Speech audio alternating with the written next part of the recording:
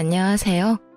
저는 저를 힘들게 하는 시모와 남편에게 모든 것을 그대로 돌려주고 온 30대 후반 여성입니다. 남자 하나 잘못 만나 제 인생 나락갈 뻔했던 일을 겪고 나니 사연글을 쓰지 않을 수가 없었네요. 제 직업은 은행원입니다. 저는 어릴 때 항상 부족하게 컸어요. 그래서 돈 관리가 얼마나 중요한지 잘 알고 있었어요. 제가 은행원이 된 건 힘든 집안에 도움이 되기를 바라는 마음에서였습니다. 그렇게 은행에 취직하고 2년 뒤부터는 친정 집안 돈 관리는 제가 도맡아 했습니다. 돈을 움켜쥐고 있는 게 아니라 돈을 굴려 돈을 만들었죠. 좋은 상품과 재테크 방법을 빠르게 접할 수 있었기에 가능한 일이었습니다. 그리고 친정집은 제 덕분에 목돈을 모을 수 있었고 친정 부모님은 그런 저에게 엄청 감사해 하셨어요. 부모님이 여기저기 말씀을 많이 하고 다니셔서인지 20대 후반부터는 주변에서 선자리가 엄청 들어왔습니다. 그러나 저는 자연스럽게 만나는 연애 결혼을 원했어요. 그런데 아버지의 성화에 못 이겨 선을 보게 됐는데 그 사람이 제 남편이었습니다. 아버지가 그렇게 해보라고 한 이유가 있었는데요. 바로 시부 될 분이 아버지와 건너 아는 분이었는데 동네에서 아는 사람은 다 아는 알부자였기 때문이었어요. 그분이 직접 한 다리 건너 친정 아버지에게 연락을 해온 거라 아버지는 한번 해보라며 난리셨어요. 아버지들이란 다 그렇잖아요. 딸 좋은 거 해주고 싶고 도움되고 싶어 하고. 그런 좋은 마음으로 저를 위해 선자리를 잡아줬어요. 한 번만 만나겠다고 했는데 생각보다 저랑 취향도 비슷하고 대화가 잘 통했어요.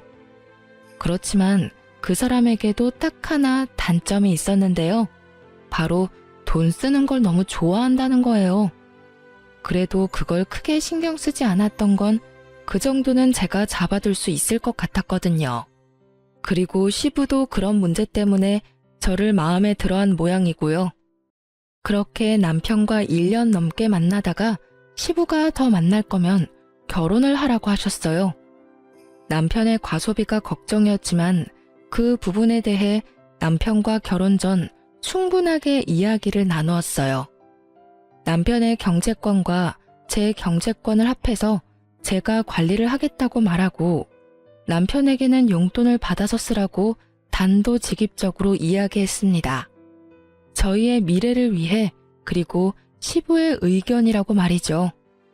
그랬더니 남편도 처음에는 조금 꺼려하는 것 같더니 알겠다고 하더군요. 그렇게 저희는 결혼에 꼴이 나게 되었습니다. 그런데 저희 시모는 저를 탐탁치 않게 생각했습니다. 시부가 저에게 잘해준다는 것도 그 이유 중에 하나였지만 남편의 경제권을 제가 가지고 있다는 사실이 견딜 수 없으신 것 같았어요. 제가 시모 곳간을 탐내는 그런 며느리로 보였던 것 같더라고요. 저는 그런 시모의 불안을 해소시켜드리기 위해 2주에 한 번씩 꼬박꼬박 시댁에 남편을 데리고 갔고 남편 이름으로 시댁의 용돈도 두둑히 드렸습니다. 뭘 하더라도 제 이름으로 하게 되면 남편 돈으로 생색내는 며느리라며 타박을 주곤 했거든요.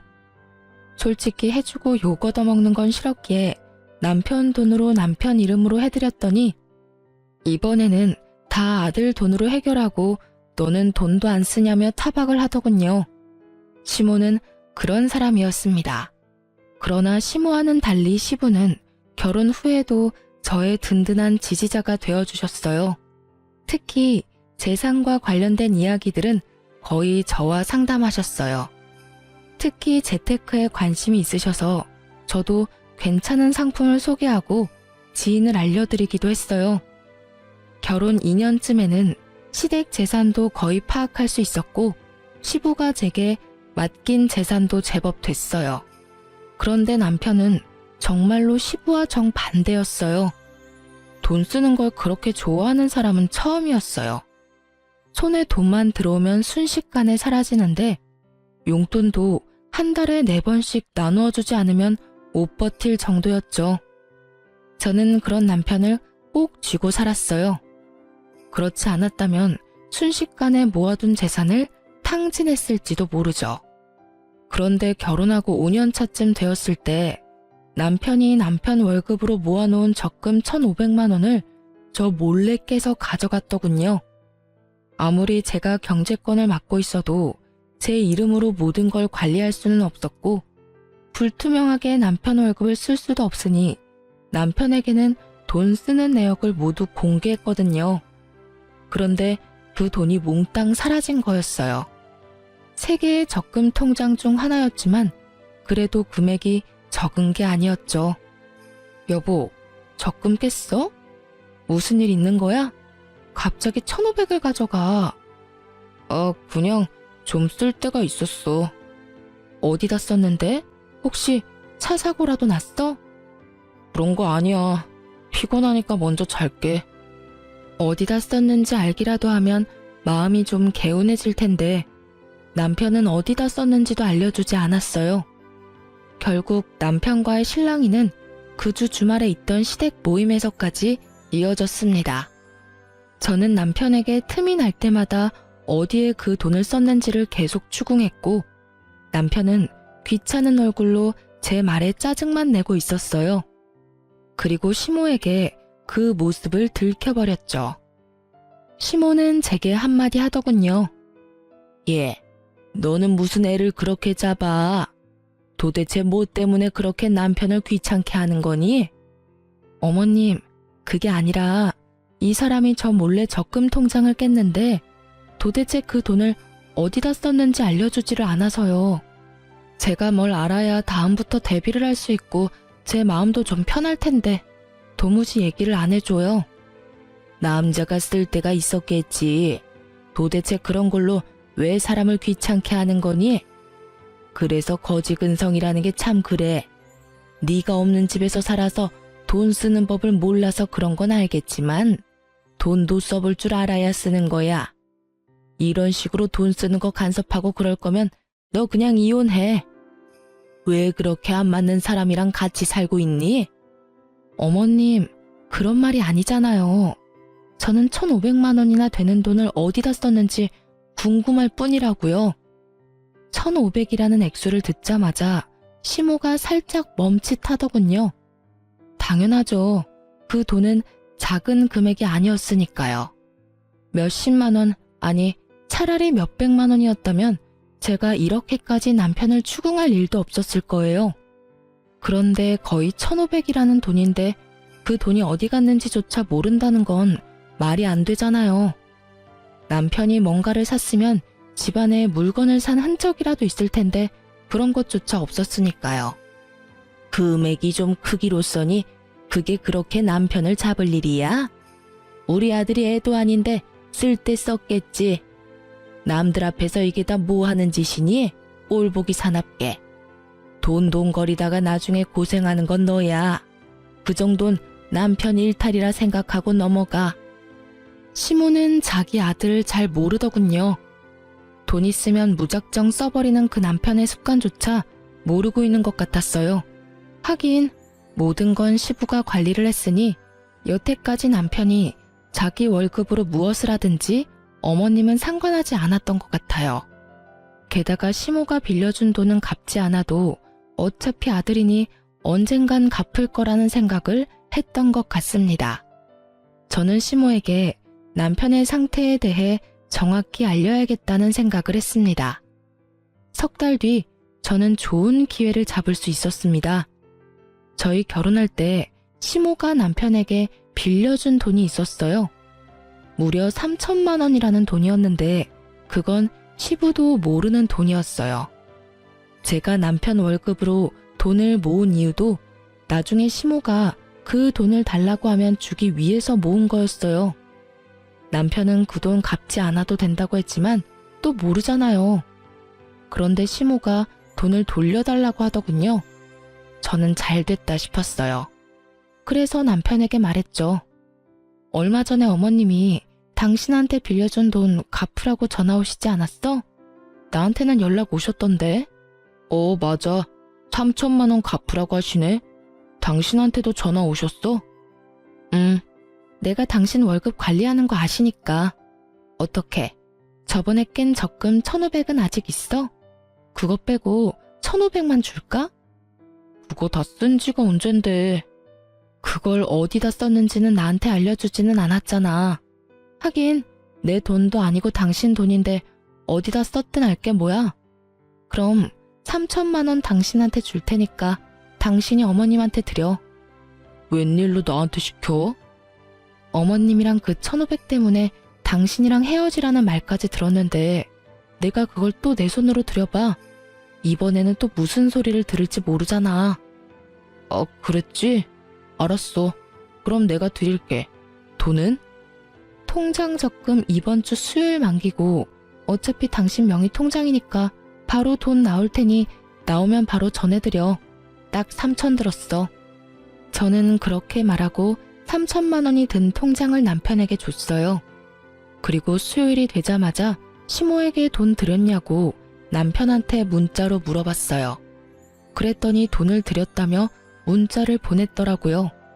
그리고 기다렸어요. 금요일 아침부터 시모가 연락이 왔어요. 예, 너는 빌려간 3천만 원 수요일에 준다고 하더니 왜 아직까지 연락이 없어? 저는 올게 왔다는 생각을 하며 모르는 척 시모에게 되물었어요. 어머, 아직도 안 들어왔어요? 그 사람 통장에 모아놓은 돈인데 만기는 수요일이었거든요. 제 명의가 아니라 제 마음대로 할 수 없으니 그이한테 어머님 돈 드리라고 말했는데 아직도 안 들어갔단 말이에요? 그래, 아직 안 들어왔어. 빨리 넣어줘. 어머님, 그 돈은 이미 저한테 없어요. 그이가 애도 아닌데 알아서 드렸겠죠. 그런데 이상하긴 하네요. 수요일에 제가 남편에게 물어봤더니 돈 드렸다고 하더라고요. 너 설마 나한테 거짓말하는 건 아니겠지? 아들한테 물어봐도 되니? 그럼요. 꼭 물어보세요. 그리고 저는 보냈다는 문자 내용이 있는데 보내드릴까요? 됐다. 내가 전화해보마. 저는 전화를 끊고 그 뒤에 올 시모의 전화를 기다렸습니다. 저는 그 돈이 아직까지 남편에게 있을 거라고 생각하지 않았습니다. 돈만 있으면 다 써대는 사람이니 어딘가 썼겠죠. 저번에 1,500만 원이 그대로 사라진 것처럼 말이죠. 그런데 시모와 전화를 끊자마자 남편이 집에 들어오는 것입니다. 저는 좋은 구경하겠구나 싶어 시치미를 뚝 떼고 있었죠. 그랬더니 남편 전화로 연락이 오더군요. 엄마. 무슨 일이야? 그거? 좀만 기다려주면 안 돼? 아직 돈이 안 나와서. 뭐? 그렇게 말하면서 남편이 제 눈치를 보더군요. 저는 왜 그러냐는 눈빛으로 남편을 바라보았습니다. 남편이 한숨을 푹 내쉬더니 말하더군요. 혹시 오늘 엄마 전화 받았어? 전화 받았어. 나한테 돈 내놓으라고 하시길래 당신한테 말씀하라고 얘기했어. 왜 돈이 안 들어왔대? 당신 돈 드렸다고 했잖아. 그게 혹시 적금 해놓은 거 더 있어? 그런 게 어딨어? 당신이 1,500 그때 가져다 쓰고 이번에 남은 게 마지막이야. 이제 더 이상 모아놓은 돈도 없어. 왜 그러는 건데? 어머님이 대체 왜 전화하셨는데? 아무것도 아니야. 그런데 아무것도 아니라는 남편의 말과는 달리 시모는 제게 전화를 했어요. 그래서 저는 남편 앞에서 스피커폰으로 전화를 받았죠. 네, 어머님. 무슨 일로 전화하셨어요? 그이한테 전화는 해보셨어요? 너 도대체 중간에서 무슨 짓을 한 거야? 왜 애가 돈이 없다 그래? 만기가 다 됐다면서. 그런데 왜 아들이 돈이 안 나온다고 하는 거냐고. 이상하네요. 지금 그이랑 같이 있는데. 그이한테 다시 한번 물어보시겠어요? 제 말에 남편이 난처한 표정을 짓더군요. 거짓말을 하려고 했는데 딱 들킨 거죠. 당신 어머님한테 돈 안 드렸어? 무슨 일이야? 만기 수요일이라고 내가 말했잖아. 그게... 엄마, 내가 나중에 준다고 얘기했잖아요. 왜 전화까지 해서 이 난리야? 설마 너 그 돈 다 쓴 거니? 3천만 원이나 되는 큰 돈을? 그러면 남아있는 거라도 내놔. 남편이 잠시 망설이더니 좀만 기다려줘 라고 말하더군요. 야, 너 진짜로 다 쓴 거야? 너 도대체 뭐 하고 다니는 건데? 너 그게 어떤 돈인 줄 알고 쓴 거야? 그냥 준 거라고 생각하면 되잖아. 결혼할 때 부모님이 도와주는 집도 많은데 그런 거라고 생각해. 왜 그걸 악착같이 다 받으려고 해? 너 그걸 지금 말이라고 하니? 우리가 너 결혼할 때 준 게 얼마나 많은데. 지금 너희 살고 있는 집도 너희 아버지 명의로 된 아파트잖아. 결혼할 때 돈 없이 결혼한 주제에 엄마한테 빌려간 돈까지 지금 네가 다 써버렸다. 이 말이니? 결국 남편과 시모는 서로 탓을 하며 싸우기 시작했고, 남편은 배째라는 식으로 담담하게 시모의 말에 별거 아니라는 듯 말하더군요. 결국 자신의 잔소리가 아들에게 통하지 않았다는 것을 안 시모가 먼저 전화를 끊었습니다. 당신은 도대체 그 돈 다 어디다 쓴 거야? 저번에는 그냥 넘어갔지만 이번에는 그냥 못 넘어가. 나한테 이야기 안 해주면 나 이번 일 아버님한테 말할 거야. 아버지한테는 얘기하지 마. 내가 곧 다 설명할게. 나도 그냥 막 쓴 거 아니야. 당신한테 충분히 설명할 수 있으니까 몇 개월만 기다려줘. 몇 달만 지나면 말할 수 없는 일도 말할 수 있게 되나요? 그렇지만 말을 해준다니 기다려보기로 했습니다. 하긴 그 사람 말대로 그 돈이 제 돈인가요? 본인 돈이지. 잠시 동안의 평화가 지속되었습니다. 그러나 그것도 몇 달 가지 않더군요. 시부가 그 사건에 대해 알게 되었거든요. 시모가 시부가 있는 곳에서 절대로 남편에게 돈을 달라고 말하지 않은 이유는 시부 때문이었는데 시댁 이사를 하려던 도중에 드러나게 됐어요. 하루는 시부에게 연락을 받아 시댁으로 향하고 있었습니다. 시댁에서 부르는 일이 많지 않았는데 시부가 부른다니 약간 걱정이 되기도 했습니다. 웬만하면 잘 부르시지 않고 볼 일이 있어도 밖에서 보는 걸 더 좋아하시는 분이셨거든요. 제가 갔더니 발등에 불이 떨어진 건지 침울한 표정의 시모와 화가 잔뜩 나 얼굴이 붉어진 시부의 모습이 보였습니다. 야, 너 엄마한테 받은 돈 어디 갔어?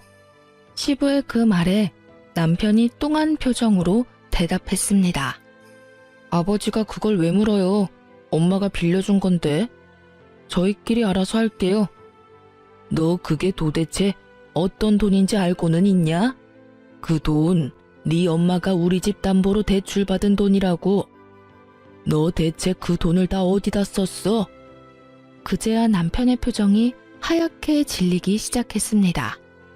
시모의 얼굴이 하얗게 질린 것도 그제야 이해가 갔죠. 아버지, 그게 있잖아요. 사실 그 돈은 제가 다 썼어요.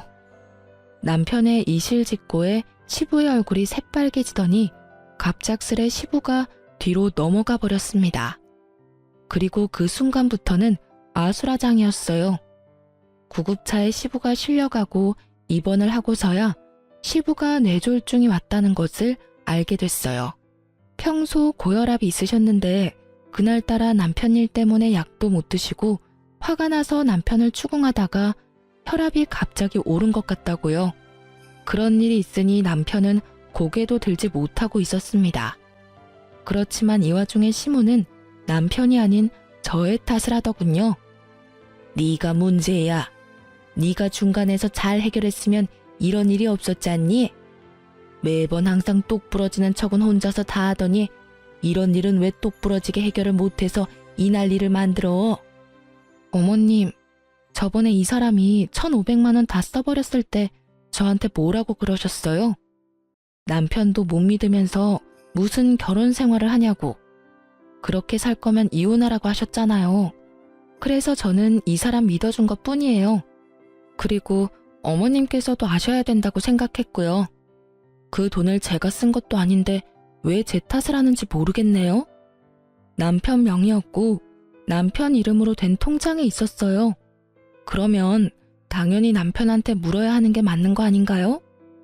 왜 아무 상관없는 저한테 계속 책임을 지라고 말씀하시는 거예요? 그렇게 말하면 안 되지. 여태까지 우리 집 재산 관리는 네가 다 했지 않니? 그런데 왜 갑자기 이번 일만 네가 쏙 빠진 거야? 나는 너 용서 못해. 그러니까 네가 책임지고 네 시아버지 돌봐라. 집 팔고 들어와서 시아버지 수발 들어. 다 늙은 내가 해야겠니? 몇십 년이라도 팔팔한 네가 해야지. 합가요? 아버님이 아프시면 전문 병원에 맡기는 게 맞는 거고 합가를 하지 않아도 아버님을 충분히 돌볼 수 있어요. 왜 굳이 합가를 하시라고 하는 건지 모르겠네요. 그리고 누누이 말하지만 돈을 쓴 건 제가 아니에요. 어머님이 저한테 뭘 원하는지는 모르겠는데 그런 걸 원하시기 전에 아들하고 이야기를 더 해보세요. 그 1,500, 3,000 어디다 썼는지요. 남편이 그 돈 몰래 안 썼으면 아버님 쓰러질 일이 있었겠어요? 그리고 당신이 이야기해봐. 왜 당신이 저지른 일 때문에 내가 이렇게 스트레스를 받아야 해? 나는 이런 식으로 합가하는 건 원하지 않아. 아버님이 아프셔서 내가 정말로 집에서 수발을 들어야 한다면 모르겠지만 지금 당장 병원에 있으셔야 하는데 왜 합가를 해? 우리 집에서도 충분히 가능한 일인데. 당신 진짜 너무 뻔뻔한 거 아니야? 어떻게 아버지가 아프신데 돈 얘기만 할 수 있어. 그리고 합가를 안 하겠다는 건 아버지 수발을 들지 않겠다는 얘기잖아. 집에서 들든 시댁에서 들든 아무 상관없으면 시댁에서 들어도 되는 거잖아. 네가 합가 반대하면 난 너랑 이혼할 거야. 어차피 우리 사이에 아이도 없잖아. 이상한 생각이 들었습니다. 남편이 왜 저렇게 뻣뻣하게 나오는 거죠? 지금 당장 저와 시부에게 빌고 빌어도 모자랄 판에 이혼을 하자고 하다니요. 저는 당황스러워서 남편에게 물었습니다. 설마 지금 당신 나하고 이혼하자고 이야기하는 거야? 그래. 합가 안 할 거면 이혼해. 당신한테 정말 실망했어. 아버지 아픈데 어떻게 그런 말을 할 수가 있어? 우리 아버지한테 이쁨 받은 건 당신이잖아. 그러고는 남편이 자리를 떠버리더군요. 저는 남편 몰래 사람을 써서 뒤를 캤어요. 그런데 깜짝 놀랄 만한 소식을 듣게 됐어요. 남편에게 다른 여자가 있었습니다. 숨길 생각도 없이 만나고 있더군요. 게다가 바람피는 여자는 제가 아는 사람이었습니다. 제 건너 지인이었거든요. 평이 그렇게 좋은 사람은 아니었습니다. 친구 말로는 상여우라고 하더군요. 자신의 외모를 이용해 총각 유부남 가리지 않고 돈 뜯기로 유명한 여자라고 했습니다. 그래서 저는 그 여자의 SNS를 타고 들어갔습니다. 남편과 바람피는 걸 확인할 수 있지 않을까 싶어서요. 그런데 몇 달 전부터 굉장히 많은 사진이 올라오더군요. 분명히 혼자서 가서 찍을 만한 곳은 아니었습니다. 게다가 남편이 적금을 깬 그날 올라온 사진을 보니 100일 선물로 받은 명품 가방 사진이라며 사진을 떡하니 올려놨더군요. 그제서야 감이 딱 왔습니다. 이 남자가 이 여자 명품백을 주려고 적금을 깼구나 하고요. 그리고 3천만 원의 행방도 안 봐도 뻔했던 거죠. 제 남편과 그 여자가 사귀는 동안 그 여자의 사진에는 온갖 종류의 명품들이 다 올라왔습니다. 비싸고 유행하는 물건들. 그걸 보고 저는 정이 확 떨어졌어요. 저와의 결혼 기념일에는 케이크 하나 사준 적 없는 사람이었습니다. 용돈을 받는 처지에 케이크 살 돈이 어디 있냐고요. 저도 남편에게 용돈을 주는 생활을 하면서 그런 걸 바라지도 않았습니다. 아니, 바랬지만 뒤로 갈수록 바라지 않게 되었다는 것이 맞는 말이겠죠. 그런데 그 여자에게는 적금까지 깨서 명품을 선물한 걸 보고 남편의 의도를 제대로 확인해버렸죠. 남편이 그 돈의 행방을 말하지 않은 이유는 명확했습니다. 몇 달 뒤에는 저와 이혼하고 그 여자와 함께할 미래를 미리 그리고 있었던 거예요. 거기까지 생각이 미치니 남편과의 결혼을 유지해야 할 어떤 이유도 없었습니다. 저는 남편과의 이혼을 마음속으로 이미 결정했습니다. 합가를 하지 않으면 이혼을 하겠다는 그 말은 그냥 해본 말인 거죠. 그렇다면 원하는 대로 해줘야죠. 자신이 지금 어떤 여자에게 정성을 다하고 있는지를 모르는 상황에서 다시 한 번 더 남편 놈에게 본때를 보여줘야 할 것 같았습니다. 저는 남편을 불렀습니다. 합가 안 하면 이혼하겠다는 당신 생각 변함없어? 변함없어. 난 당신이 합가 안 하면 당신이랑 헤어질 생각이야. 아버지 병간호 안 하는 며느리는 필요 없다고 생각해. 분명히 말하겠는데 나는 병간호 하지 않겠다고 말한 적 없어. 아버님을 모시더라도 그건 우리 집에서도 할 수 있다는 말이었고, 그런데 당신이 지금 앞뒤 다 잘라먹고 무조건 합가 안 하면 이혼하겠다고 하고 있잖아. 그만하자. 이렇게 말 돌리는 거 나 다 알아. 제 말에 남편 놈이 흠칫하더군요. 당신이 왜 이혼하자고 하는지 다 안다고. 당신 바람 피고 있잖아. 나 몰래. 그래놓고 정말 웃기다. 아버님 핑계 대면서 이혼하자고 하는 거야? 차라리 솔직하게 말하지 그랬어. 다른 여자랑 같이 있고 싶으니까 이혼하자고. 무슨 말이야. 내가 무슨 바람을 피워? 바람 안 핀 걸로 하고 싶니? 그러면 그렇게 해. 어머님한테는 말하지 않을게. 그렇지만 나는 내가 유책 배우자로 이혼할 생각은 전혀 없어. 변호사 사서 소송할 거고 당신이 나를 이용하도록 놔두지는 않을 거야. 어머님한테 말하는 건 당신한테 맡길게. 그리고 제 말을 듣던 남편은 웬 떡이냐 싶은 표정으로 웃고 있더군요. 하긴 쉽게 이혼해주는 것 같아서 기분이 좋았겠죠. 하지만 저는 쉽게 이혼해줄 생각은 전혀 없었습니다. 그리고 이혼 소식을 시모가 들었는지 저에게 전화가 왔더군요. 너 이러는 거 아니다. 네 시아버지 아파서 누워 계시는데 어떻게 지금 이 상황에 이혼을 이야기하니? 너 설마 아버지 수발 들기 싫어서 이혼하자고 하는 거니? 그런 거 아니고 이혼은 그 사람이 먼저 이야기를 했고 저는 합가를 들지 않아도 아버님 수발을 들겠다고 분명히 말했어요. 그거를 받아들이지 않은 건 남편이고요. 그러니까 하고 싶은 말이 있으시면 아드님한테 하세요. 이 모든 게 남편 계획이니까요. 너 이렇게 헤어진다고 해서 너 혼자 잘 먹고 잘 살 수 있을 거라고 생각했어? 주변에서 너 시아버지 수발 들기 싫어서 이혼한 거라고 소문 다 나면 좋은데 시집이라도 갈 수 있을 것 같아?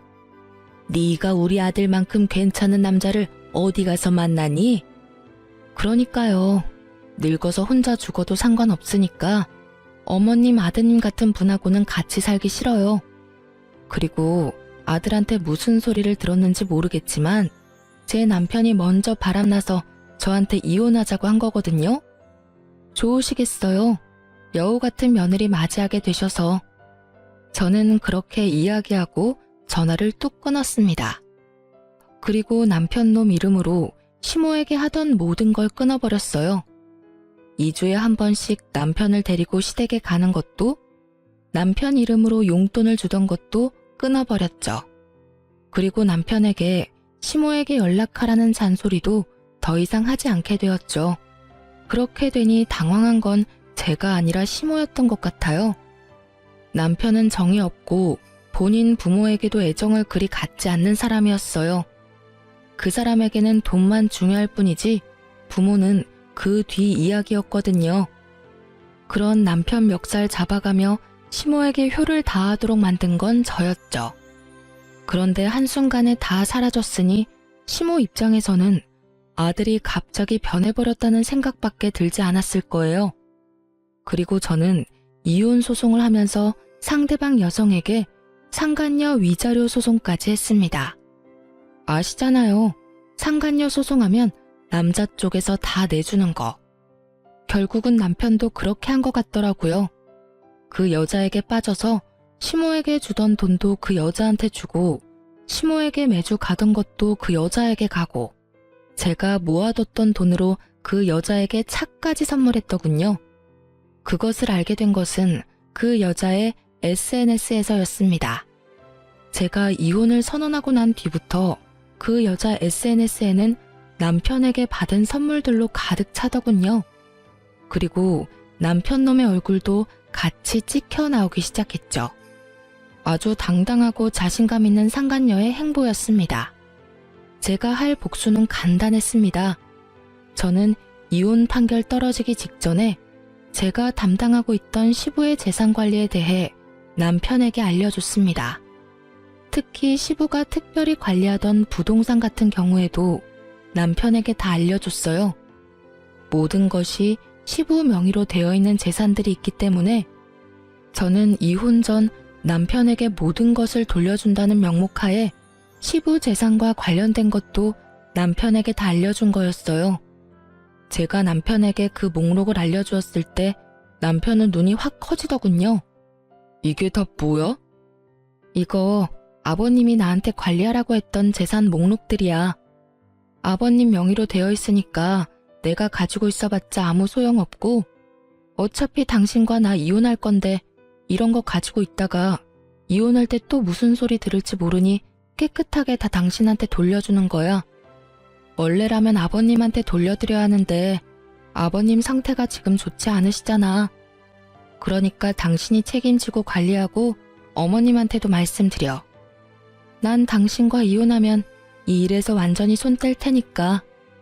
남편의 눈동자가 욕심으로 번들거리는 것이 보였습니다. 그리고 이혼하고 한 달 뒤 시모에게 연락이 왔더라고요. 야, 너 도대체 뭐 하는 년이야? 감히 우리 집 재산을 탐내? 돈 다 어디다 빼돌렸어? 악에 가득 받쳐 화를 내는 시모의 목소리에 저는 태연히 말했습니다. 도대체 무슨 돈을 말씀하시는 거예요? 재산이라니. 저는 아는 바가 전혀 없습니다. 네가 모르는 게 어디 있어? 우리 남편이 너한테 재산을 다 맡겼는데 그 재산들이 지금 하나도 없잖아. 지금 통장에 땡전 한 푼이 없어. 네가 다 가져간 거지? 제가 관리하던 건 남편에게 모두 다 줬어요. 제가 가지고 있을 필요가 없으니까요. 이미 남남인데 제가 가지고 있으면 그거야말로 범죄죠. 제가 변호사 입회하에 남편에게 모조리 다 돌려줬어요. 그러니까 하고 싶은 말이 있으시면 아들한테 하세요. 저한테 전화하실 게 아니라. 뭐? 너 설마 진짜로 우리 아들한테 그 돈을 다 줬니? 네. 아버님 그렇게 되고 후견인이 남편밖에 없잖아요. 그래서 준 거예요. 네가 지금 정신 나간 짓을 했어. 너 지금 집이 어떻게 돌아가는지 아니? 부동산에 적금에 병원비까지 탈탈 털렸어. 그리고 나랑 남편이 내는 보험까지 다 해지하고 해지 환급금까지 아들이 다 가져갔더라. 너 어떻게 이럴 수가 있어? 네가 그걸 우리 아들한테 주지 말고 나한테 줬어야지. 왜 그걸 아들한테 줬냔 말이야? 이상하네요. 어머님이 저번에 그러셨잖아요. 아들이 애도 아니고 뭐가 그렇게 못 믿겠냐고요. 그래서 돌려드린 것 뿐이에요. 그리고 어머님한테 돌려드릴 수도 없는 노릇이었어요. 저랑 그 사람 이혼한다고 어머님이 저한테 얼마나 화를 많이 내셨어요? 제가 어머님하고 이야기를 하고 싶었겠어요? 너 설마 우리한테 엿먹이려고 지금 이런 짓 하는 거니? 너 우리 돈 다 털리라고 아들한테 돈 쥐어준 거야? 어머님, 아들을 좀 믿으세요. 항상 저한테 하시던 말씀이었잖아요. 아드님이 뭐 별다른 짓 했겠어요? 알아서 잘 썼겠죠. 필요한 곳에.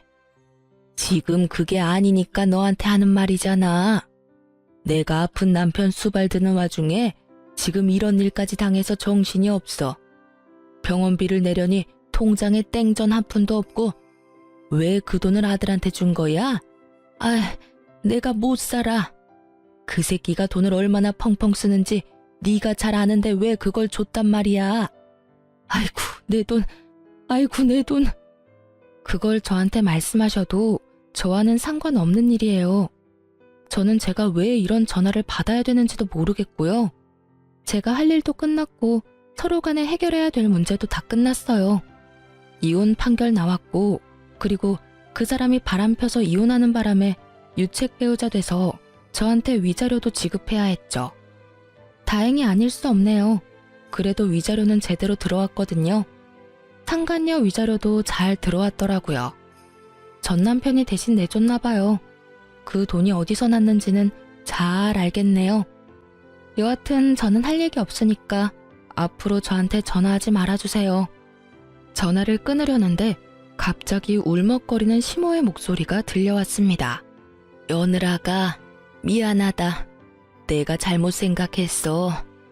너랑 우리 아들이 헤어지는 게 맞다고 생각했는데 그게 아니었다. 그 상간녀는 우리 집에 들어와서는 안 돼. 그동안 네가 얼마나 고생했는지 내가 이제 알겠다. 이제 알았어. 네가 잘해준 것도 모르고 내가 그렇게 굴어서 정말 미안했다. 그러니까 제발 돌아오지 않을래? 우리 아들이 정신이 나갔나 봐. 그 여자한테 정신이 팔려서 부모를 내팽겨쳐두고 보살피지도 않고 있어. 게다가 집안에 있는 돈은 씨가 다 마를 정도야. 제발 부탁이다. 돌아오면 안 되겠니? 저는 그 말에 대꾸도 하지 않고 끊어버렸어요. 들려오는 소문에 의하면 시모는 그날 쓰러진 뒤로 병원 신세를 지고 있고 남편과 상간녀는 결혼식을 위해 열심히 돌아다니고 있다고 하더군요. 시부가 쓰러지든지 말든지 시모가 쓰러지든지 말든지 아무 상관없이 열심히 비싸고 좋은 거 구경하면서 돌아다녔더군요. 사업을 하는 시부가 쓰러져서 돈 벌어다 줄 사람도 없는데 돈을 그렇게 써대는 걸 보니 조만간 돈이 다 떨어질 것 같더라고요. 게다가 시모 성격도 보통이 아니잖아요. 남편이 결혼하겠다고 데려온 예비 며느리를 가만히 둘 성격은 아니었습니다. 그렇지만 이 모든 것들은 제가 신경 쓸 일이 아니었습니다. 저는 이미 헤어진 사람이고 이혼을 했으니까요. 그들의 일은 그들에게 맡기는 게 현명한 일이겠죠. 이렇게 저는 남편과 헤어지고 새로운 인생을 살게 되었습니다. 그렇게 이혼하고 2년 뒤에 시모와 남편을 만나게 됐어요. 최근이었어요. 장소는 바로 변호사 사무소였습니다. 뜬금없는 장소에서 정말 우연히 마주친 저는 아무 말 없이 지나려고 했는데 시모가 제게 말을 걸어오더군요. 너도 이제 개인 회생하러 왔니? 아니면 파산? 내가 그렇게 너한테 울면서 매달렸는데도 너 정말 매정하게 우리 버리고 갔더라. 네가 아들이랑 이혼하는 바람에 집안이 풍비박산이 났어. 결혼했으면 끝까지 남편을 책임졌어야지. 뭐하러 남편 내버려뒀다가 집안을 엉망진창으로 만들어. 네가 우리 아들을 망쳐놨어. 이게 전부 다 네 탓이야. 그래, 우리 이렇게 만들어 놓고 너는 편하게 살 줄 알았니? 너도 봐, 개인 회생하러 왔잖아. 2년이 지났는데도 여전하시더라고요. 미안하다고 했던 건 거짓말이었나 봅니다. 제가 뭘 잘못했어요? 말해보세요. 제가 잘못해서 이혼했나요? 저 사람이 다른 여자 만나면서 돈 쓰느라 이혼하게 된 건데 모두 제 탓이라고요? 제가 그렇게 할 이유가 전혀 없잖아요. 저는 아버님 재산을 불리려고 노력했으면 했지 이런 소리 들을 만큼 나쁜 짓 한 건 없어요. 내가 모를 줄 알았니? 우리 아들이 너한테 그렇게 돈을 많이 썼다며? 네가 그렇게 사치스러웠다는데 우리 집안 돈 네가 가져간 거 맞잖니? 돈 관리한다는 명목으로 네 재산 가져간 것도 너지? 시모가 하는 어이없는 말에 저는 전 남편 놈을 쳐다봤습니다. 전 남편 놈은 다른 곳을 쳐다보며 제 눈을 바라보지 않더군요. 자기 잘못을 끝까지 반성하기는커녕 제게 뒤집어 씌우는 걸 보며 저는 화가 났습니다. 제가 남편에게 무언가를 많이 받아봤다면 그런 말을 들어도 할 말이 없었을 거예요. 그런데 저런 남편에게 결혼 기념일 선물도 받아본 적이 없거든요. 저는 시모에게 어이없다는 듯이 말했습니다. 저 남자가 무슨 말을 어떻게 했는지 모르겠지만 저는 남편에게 결혼 기념일 선물도 받은 적이 없어요. 제가 용돈을 주는 생활을 하다 보니 남편이 그러더군요. 용돈 받는 처지에 선물은 못 산다고요. 그래서 각자 선물을 준비하는 대신 생활비에서 돈을 조금 떼서 커플 신발이나 커플 옷을 사는 게 저희 결혼 기념일을 보내는 방법이었어요. 엄밀히 따지면 제 돈으로 신발 산 거랑 뭐가 다르죠? 저도 생활비를 내고 저 사람도 생활비를 내는데, 거기다 더 웃긴 건 케이크나 음식은 제가 모두 다 준비했거든요. 그리고 전 남편 월급이 어떻게 쓰였는지는 제가 정확하게 다 기록해 두었고 영수증도 다 모아놨기 때문에 보시면 알 거예요. 그거를 안 보시고 지금 여기 와서 저한테 이런 말 하시는 건 말이 안 되죠. 그리고 어머님은 제가 그 돈을 다 썼다고 생각하는데 어머님 예비 며느리가 그 돈을 다 쓴 거예요. 아니지. 지금은 예비 며느리가 아니라 며느리겠네요. 재혼했잖아요. 전 남편은 고개를 푹 숙이며 제 눈을 마주하지 못했고 시모의 얼굴은 사색이 되어 하얗게 질렸습니다. 그걸 보니 상간녀와 남편이 잘 되지 않았다는 걸 짐작할 수 있었습니다. 하긴 그렇게 돈을 좋아하는 여잔데 개인 회생이나 하는 남자와 만나고 있을 리 만무하죠. 저는 마지막으로 시모에게 팩트를 날렸습니다. 제가 전 남편과 처음으로 다투게 된 그 1,500만 원 사건, 그 1,500도 상간녀 가방 사는데 들어갔더라고요. 그 여자 SNS 확인해보니 그 적금 깬 날 1,000만 원 넘는 가방 자랑하려고 사진을 휘황찬란하게 올려놨더라고요. 전 남편이 어머님한테 돌려줘야 했던 3,000만 원도 그 여자한테 썼던 것 같던데 확인 안 해보셨나 보네요. 시모가 제 변명 아닌 변명을 듣고는 다 이해한다는 어조로 제게 비웃으며 말하더군요. 그래, 뭐든. 너도 지금 개인 회생하러 변호사 사무실 찾아왔는데 그런 너 붙잡고 이런 말 하는 것도 웃긴 일이지. 안 그러냐? 시모는 마지막까지 저의 자존심을 박박 긁으려는 듯 소리를 지르더군요. 그리고 그때 변호사 사무실에서 변호사가 나왔어요. 그리고 변호사가 저를 향해 여보라고 부르는 순간 그 공간이 싸늘하게 식었습니다. 여보, 서류 놔두고 간 거 있다고 해서 갖다 주러 왔어. 이거 맞지? 맞아. 고마워. 여기까지 오느라 고생했어. 조금 있다가 점심시간이니까 기다릴래? 같이 밥 먹으러 나가자. 제게 잠시만 기다려달라고 하던 남편이 대기하던 한 사람을 데리고 변호사 사무실로 먼저 들어갔어요. 저는 시모를 보며 웃었습니다. 저는 개인 회생하러 온 게 아니고 재혼한 남편 서류를 주러 왔어요. 무슨 착각을 하셨는지 모르겠지만 저는 개인 회생 파산과는 거리가 멀거든요. 알다시피 돈 관리는 철저하게 하니까요. 누구랑은 다르게요. 어쨌든 과거 이야기는 과거 이야기고 솔직히 말하면 저는 지금도 잘못 없다는 입장이에요. 여자한테 빠져서 저에게 이혼을 요구한 것도 남편이고 제가 시어머니에게 드리라고 했던 아버님의 재산을 다 탕진한 것도 남편이죠. 그리고 남편에게 그 어떤 선물도 받아본 적이 없는 것이 저예요. 무슨 탓이든 탓을 하고 싶으면 남편 상간녀한테 하세요. 얼마나 되는 돈을 탕진했든 그 여자가 다 가져간 거니까. 그렇게 말하고 뒤돌아 나가려던 제가 한마디 더 붙였어요. 아참, 그리고 저희 남편 실력 좋거든요. 그러니까 상담 잘하고 가세요. 2년 만에 재산 탕진한 거 보니까 참 딱하기는 하네요. 하늘이 무너져도 솟아날 구멍은 있다니 이야기 잘하고 상담 잘 받고 가세요. 그렇게 이야기하고 조금 뒤 남편이 사무실에서 나오면서 제 손을 잡았습니다. 상담이 많이 밀려서 미안해. 식사는 뭘로 할래? 뱃속에 있는 우리 아이는 뭘 좋아할까? 아이가 좋아할 만한 것으로 먹을까? 지금 우리 아이는 한식이 너무 먹고 싶대. 우리 맛있는 한정식 먹으러 갈까? 그래, 우리 여왕님이랑 우리 공주님이 원하는 건 뭐든 들어줘야지. 다정다감한 남편 덕분에 의도치 않게 금술 좋은 부부 모습을 보여주었더니 절 쳐다보는 표정에 부러움과 시기가 가득하더군요. 게다가 전 남편과 사이에는 가지지 못했던 아이까지 가지고 있으니 시모의 얼굴에는 짜증이 한가득이었습니다. 그러나 부끄러워서였는지 얼굴이 뻘겋게 돼서는 나중에 다시 오겠다며 나가버리더군요. 도망가는 두 사람의 모습을 보니 참으로 웃겼습니다. 상간녀가 없는 걸 보니 두 사람은 이미 찢어진 것처럼 보였어요. 나중에 들어보니 전 남편이 개털된 걸 알고 상간녀가 애저녁에 손절했더군요. 결혼하겠다며 드레스며 예식장이며 다 돌아다녀 놓고는 원하는 걸 얻지 못하니 순식간에 헤어졌더라고요.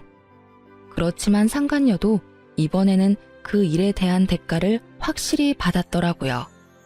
제 말을 들었던 시모가 상간녀를 쫓아다니며 아들이 준 돈 다 내놓으라며 가는 곳곳마다 따라다니며 괴롭혔다고 하더라고요. 결국 버티다 못한 상간녀가 전 남편에게 받은 물건들 중에 몇 가지를 되돌려줬다고 하더군요. 하지만 이미 중고가 된 상품들이었고 다시 되파는 것도 손해를 보는 것이었기 때문에 잃어버린 돈만큼 돌려받지는 못했다고 해요. 전 남편과 시모는 남편 사무소 앞에서 한바탕 싸운 모양이었습니다. 남편 회사 직원이 나중에 이야기를 해주더군요. 시모가 전 남편에게 너 때문에 우리 집안 돈의 씨가 말랐다며 너 어떻게 책임질 거냐고 아주 난리가 났다고 하더랍니다. 어디 가서 그런 여우 같은 여자한테 걸려가지고 잘 살고 있는 마누라를 내쫓아서 집을 상태로 만들었냐며 전 남편을 너덜너덜하게 만들었다고 하더군요. 그렇지만 전 남편도 참지만은 않았다고 해요. 이혼한다고 했을 때 좋아했던 건 엄마가 아니냐며 둘이서 또 그 앞에서 치고받고 싸우느라 한동안 통행에 방해가 됐을 정도라고 합니다. 그 이야기를 들으면서 둘 다 참 똑같은 사람이다 라는 생각을 했네요.